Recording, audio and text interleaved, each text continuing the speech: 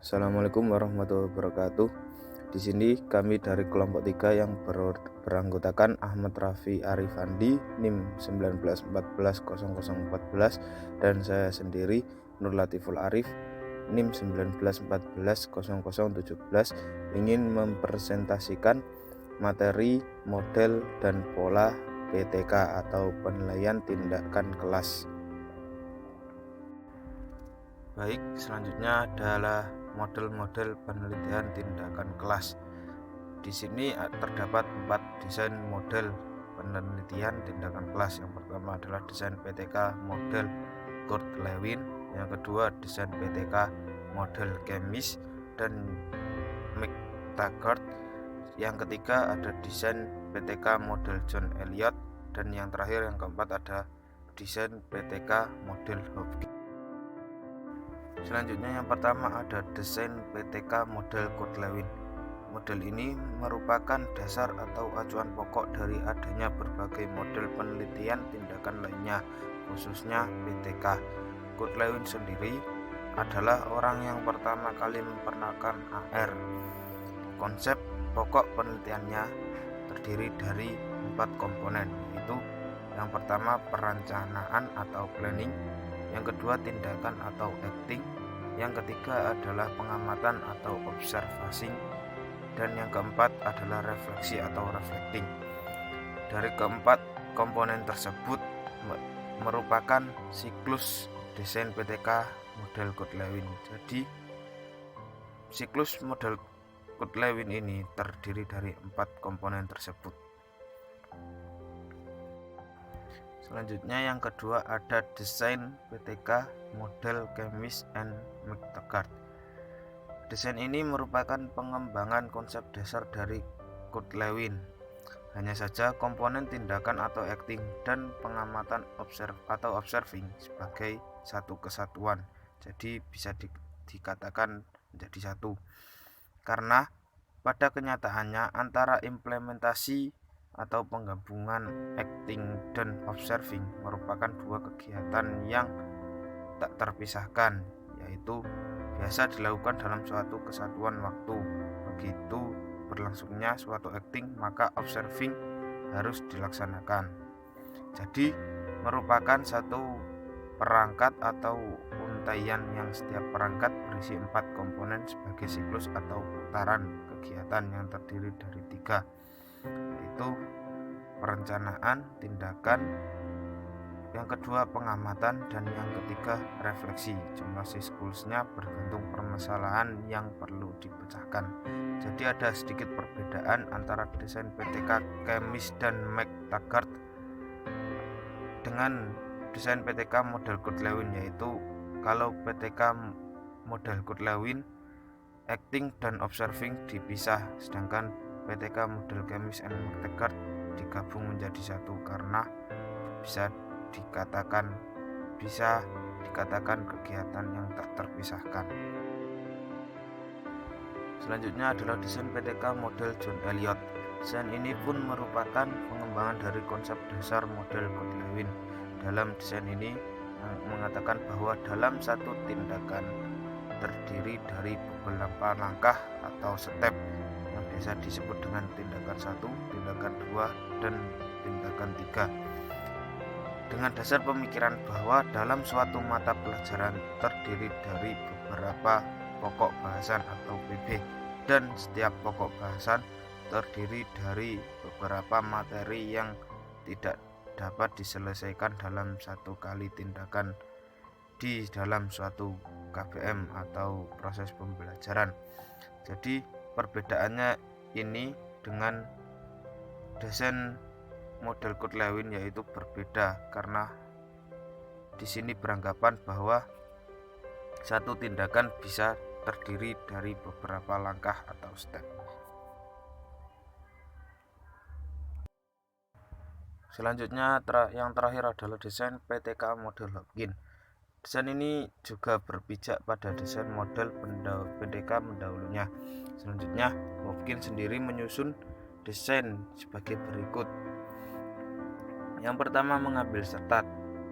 Setelah mengambil sertat yaitu audit. yang ketiga perencanaan konstruk, yang keempat perencanaan tindakan. Tindakan sendiri meliputi target, tugas, kriteria keberhasilan. Yang kelima implementasi dan evaluasi. Implementasi sendiri terdiri dari menopang komitmen, yaitu cek kemajuan dan mengatasi problem. Selanjutnya adalah cek hasil, dan yang ketujuh adalah pengambilan stok. Yang kedelapan audit dan pelaporan. Dari 4 PTK biasanya yang sering dipakai adalah model Kemis dan McTaggart karena dianggap paling mudah dipahami dan dilaksanakan. Baiklah, di sini saya akan menjelaskan mengenai pola pelaksanaan PTK atau penelitian tindakan kelas. Pola pelaksanaan PTK yakni cara atau teknik pelaksanaan PTK yang dapat dijadikan rujukan dalam penyelenggaraan PTK sesuai dengan model PTK yang dipilih dengan mempertimbangkan kondisi peneliti dan sumber daya yang tersedia. Pola pelaksanaan penelitian tindakan kelas dibagi menjadi 3, yaitu yang pertama ada pola guru peneliti, yang kedua ada pola kolaborasi, dan yang ketiga yaitu pola terintegrasi. Langsung saja kepada pola guru peneliti atau pola guru sebagai peneliti. Yang pertama, guru berperan dalam perencanaan dan dalam pelaksanaan PTK. Selanjutnya, jika guru melibatkan orang lain seperti dosen peneliti dari LPTK, sifatnya hanya konsultatif untuk menjamin validitas tindakan yang dilakukannya. Atau dengan kata lain, guru hanya berkonsultasi saja kepada dosen peneliti atau yang lebih paham, hanya untuk konsultasi. Yang selanjutnya yaitu tujuan yang ingin dicapai adalah untuk memecahkan masalah praktis yang dihadapi oleh guru itu sendiri dalam proses pembelajaran. Dan selanjutnya, pola ideal untuk meningkatkan kinerja. Dan yang terakhir, pola ini cenderung dilakukan oleh guru yang memiliki pengetahuan dan wawasan yang cukup, khususnya dalam bidang pembelajaran, tingkat kreativitas, dan tingkat inovatif yang tinggi. Baik, setelah pola guru peneliti, kita akan melanjutkan ke pola kolaboratif. Dalam pola kolaboratif, sangat banyak sekali poin-poin yang kita pelajari.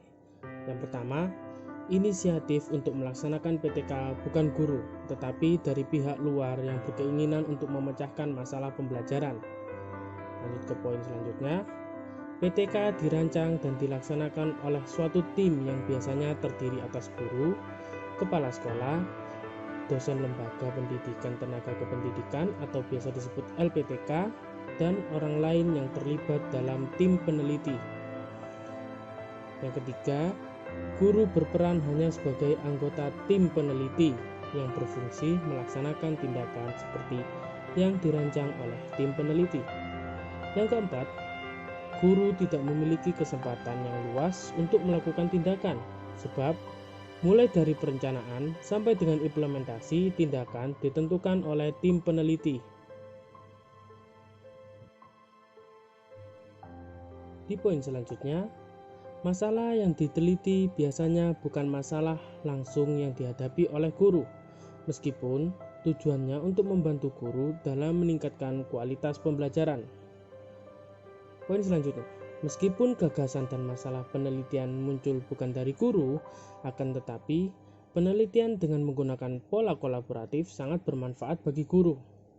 Yang selanjutnya, guru akan memiliki pengalaman dalam melakukan tindakan sesuai dengan masalah yang diteliti. Dan yang terakhir, memberikan jaminan hasil dan simpulan yang bisa dipertanggungjawabkan secara ilmiah sebab dirancang oleh tim yang melibatkan ahli dalam penelitian dan pembelajaran. Jadi kesimpulannya pada pola kolaboratif ini, guru itu hanya ikut kayak hanya tim dalam penelitian, bukan Jadi yang melakukan penelitian ini bukan hanya guru saja, melainkan ada dari ahli, ada dari kepala sekolah, melibatkan banyak banyak peneliti lah. Jadi bukan hanya guru saja, seperti itu. Tapi intinya juga membantu guru dalam mungkin dalam pembelajaran di kelas ada suatu problem. Nah, fungsinya tetap saja untuk membantu guru. Dan yang terakhir yaitu pola penelitian terintegrasi. Pada pola penelitian terintegrasi ada beberapa poin. Yang pertama, guru sama sekali tidak terlibat dalam rancangan penelitian. Nah, selanjutnya, inisiatif dan masalah yang akan diteliti sepenuhnya berasal dari peneliti luar, tidak dari guru. Yang ketiga, peran dan fungsi guru sebatas hanya melaksanakan tindakan. Nah, selanjutnya, penelitian sama sekali tidak berkaitan dengan masalah praktis yang dihadapi oleh guru. Yang kelima, dengan demikian hasil yang diperoleh adalah pengetahuan yang ilmiah dalam pembelajaran. Dan yang terakhir, termasuk dalam pola PTK atau penelitian tindakan kelas, karena masih ada perlakuan atau tindakan yang dilaksanakan guru dalam kelasnya. Jadi di sini kesimpulannya guru itu hanya itu tidak terlibat sama sekali, hanya terlibat di sebagai ya guru tetap mengajar di kelas, dan yang meneliti itu bukan guru itu sendiri, melainkan orang dari luar. Jadi guru hanya saat dilakukan penelitian itu ya guru melakukan tugasnya, perannya yaitu mengajar di kelas, tapi guru tidak ikut dalam penelitian tersebut gitu. Baik, terima kasih. Mungkin itu saja yang dapat kami sampaikan mengenai model dan pola penelitian tindakan kelas. Kurang lebihnya mohon maaf. Semoga materi ini dapat teman-teman pahami, dan jika ada yang ingin bertanya, kita lanjutkan di forum Google Meet. Terima kasih. Wassalamualaikum warahmatullahi wabarakatuh.